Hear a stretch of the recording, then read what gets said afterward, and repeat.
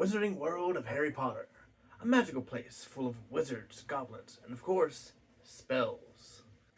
And although this magical tale of good versus evil has forever changed a generation, making us all sour we never got our acceptance letters, no one has truly ever stopped to ask, how many spells are there in Harry Potter?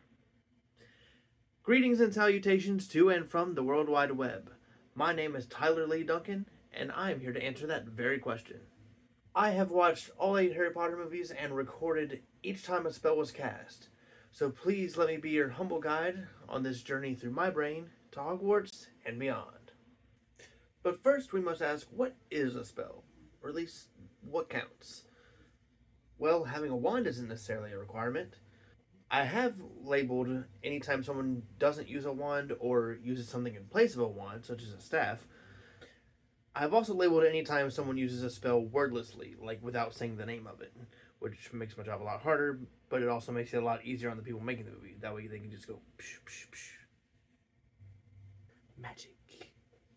Being human, however, is a requirement for my purposes, so I did not count any spells from magical creatures, such as a Phoenix Tears, Dragon's Fire, or House Elf Apparition.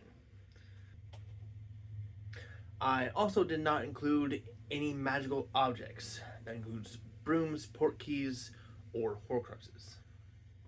Now, with all that out of the way, let's get to the action. The Philosopher's Stone. The what? Honestly, don't you two read? Harry Potter and the Philosopher's Stone had 26 spells.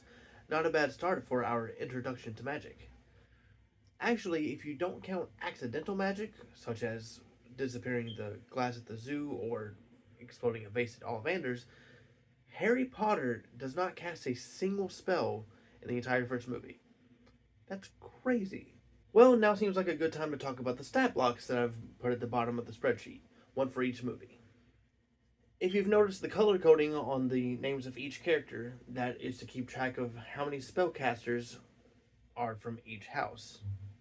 Obviously, Gryffindor and Slytherin will be focused on the most, but it can be interesting to see the percentages, with Hufflepuff at an unfortunate 0.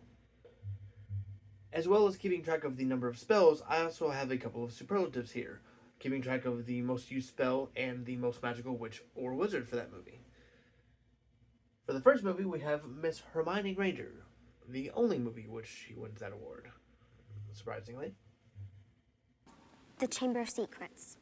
The chamber may hold many secrets, but what it doesn't hold is spells. Harry Potter and the Chamber of Secrets is the film with the least amount of spells at 20. That is 6 less than the first movie. The most used spell is Arania Exumae, which will be perfect for any spider infestations you may have. And the most magical wizard this time around was the boy who lived himself, Harry Potter, who cast 4 spells this time. Hey, what do you know? He went to a school for magic and he's learning to do magic. Good job. I did my waiting! 12 years of it! In Azkaban! Alright, now on to my favorite film in the series, The Prisoner of Azkaban. This also happens to be the only film which doesn't feature Voldemort. Coincidence. This film also brings us our very first tie for most magical wizard, with Harry Potter and Remus Lupin both casting 15 spells this movie. An Animagus reversal spell was cast by Remus Lupin and Sirius Black a total of 9 times for the most used spell. Whenever they were casting this spell, the camera was focused more on Scabbers running away than it was them casting the spells, so I just counted the number of spells and alternated between Remus and Sirius. Whenever I first posted this on Reddit quite some time ago, a user by the name of Ryuhime corrected that Tom, the owner of the Leaky Cauldron, was actually the one that cast the car alarm silencing spell, which has since been amended. Thank you. This is also the only film in which Ravenclaw joins Hufflepuff in the Zero Spells Club, which is set to change as we enter the Triwizard Tournament in the... How did you put your name in that goblet of fire? Yes, the Goblet of Fire gives us the first Hufflepuff to cast a spell in the form of Cedric Diggory. Cedric, along with Tonks, who will meet in the next movie, are the only 2 Hufflepuffs to cast any spells in all 8 movies. both of them with 2 spells each. Yeah, no biases here. Gryffindor. Anyway, since in the Goblet of Fire we get visitors from rival wizarding schools Durmstrang and Beauxbatons, I also kept track of their spells, with Durmstrang and Beauxbatons having 5 and 15 spells respectively. While Moldy Voldy over here cast the most spells for this movie with 14, he didn't do much else, except for zapping Cedric. He got freaking bodied. So now let's see what David Yates has in store for us with the next 4 movies. Of the Order of the Phoenix. Okay, now this is where the percentages truly start to get tainted. With so many Death Eaters, Order members, and random wizards just flying around, the majority becomes people who we don't know the houses for, or we don't even know if they went to Hogwarts. With just the Battle of the Ministry, I had to pause and rewind so many times just to keep track of the chaos. This movie was also the start of the wordless attack spell problem. You know, given the visual nature of movies, they don't say the name of the spell every time. So whenever someone flicks their wand and magic comes out, I'm obligated, of my own accord, to record it as attack spell wordless. Therefore, the most used spell for 3 of the next 4 movies is attack spell wordless. Similarly, Harry cast the most spells for 3 of the next 4 movies, though not the same 3. Now on to the next movie, Harry Potter and the Brain Aneurysm, or as you may know it, The Half-Blood Prince. Alright, this one should be fine, right? Half-Blood Prince is mostly exposition anyway, just a way to set up the Horcruxes and show Moldywart's rise to power. Surely there can't be that many spells, right? Except they added something that wasn't in the books. At the end of the movie, right after Snape kills Dumbledore, a crowd of Hogwarts staff and students gather around his body.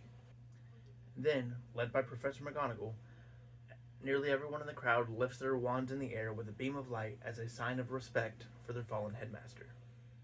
Hundreds of people casting the same spell at the same time? Are you kidding me?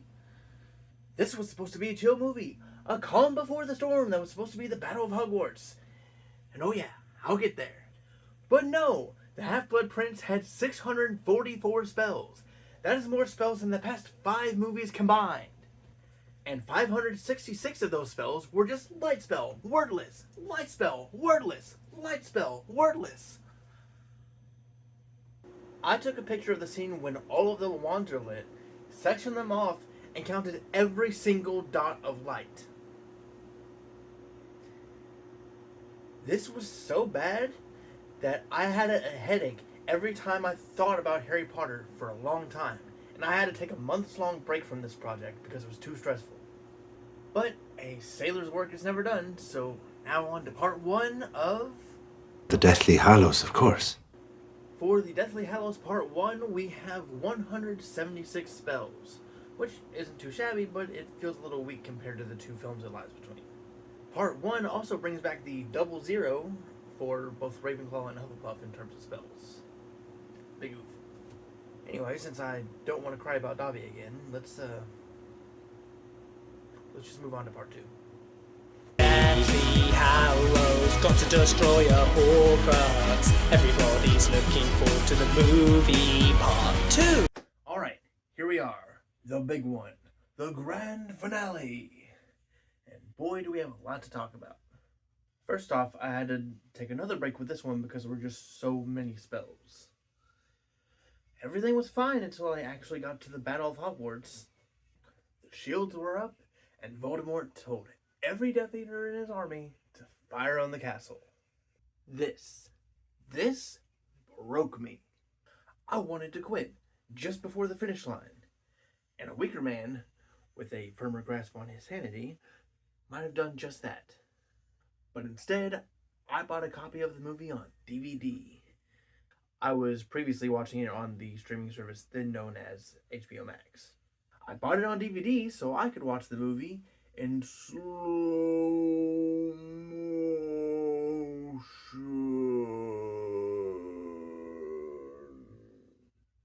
And even while watching it in slow motion, I still had to do the pause and rewind thing for some scenes. There are just so many spells. But I do have a final count. Harry Potter and the Deathly Hallows Part 2 had 1,632 spells. And of those, 1,373 were wordless attack spells. So with all those spells out of the way, plus every spell from all the other movies, our final count, the total number of spells in all 8 Harry Potter movies, is 2,838. Jinkies, that's a lot of spells. Now, we still have some more to talk about. But before we move on to the stats and superlatives, I would like to talk about the Stone Protectors. When Professor McGonagall uses Pure Totem Locomotor to summon the Stone Guardians, you'll notice that they are equipped with swords, shields, and other weapons. You would assume they would use these to fight off the giants, spiders, and other monsters that are attacking the castle, while the spellcasters are dealing with the Death Eaters. However, since I was watching the movie in slow motion, I got to see some of these guys blocking Death Eater blasts with their shields, and one Guardian in particular deflected a blast back at a Death Eater with his sword. This is something a casual viewer would never notice because it goes by too fast. I love little details like this.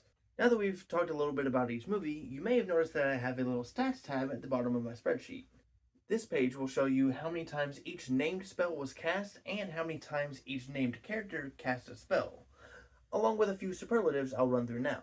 The most used spell is, by a landslide, Attack Spell Wordless, which was cast 1,495 times. Yay! But what we really want to know is the most used named spell, which was Stupefy, cast 35 times. Big difference there. The most magical wizard in all 8 films is none other than Harry Potter, with 133 spells. I mean, of course it is. It'd be weird if it wasn't him, right? The boy who lived, the master of death. However, the most magical witch is one Hermione Granger, with 51 spells. Quite befitting for the cleverest witch at Hogwarts, don't you think? Now, I've seen a lot of discussion online about what Harry's signature spell is, specifically between Stupefy and Expelliarmus. 2 spells that were essential in the training of the DA. So the confusion probably comes from Harry being the one teaching those spells.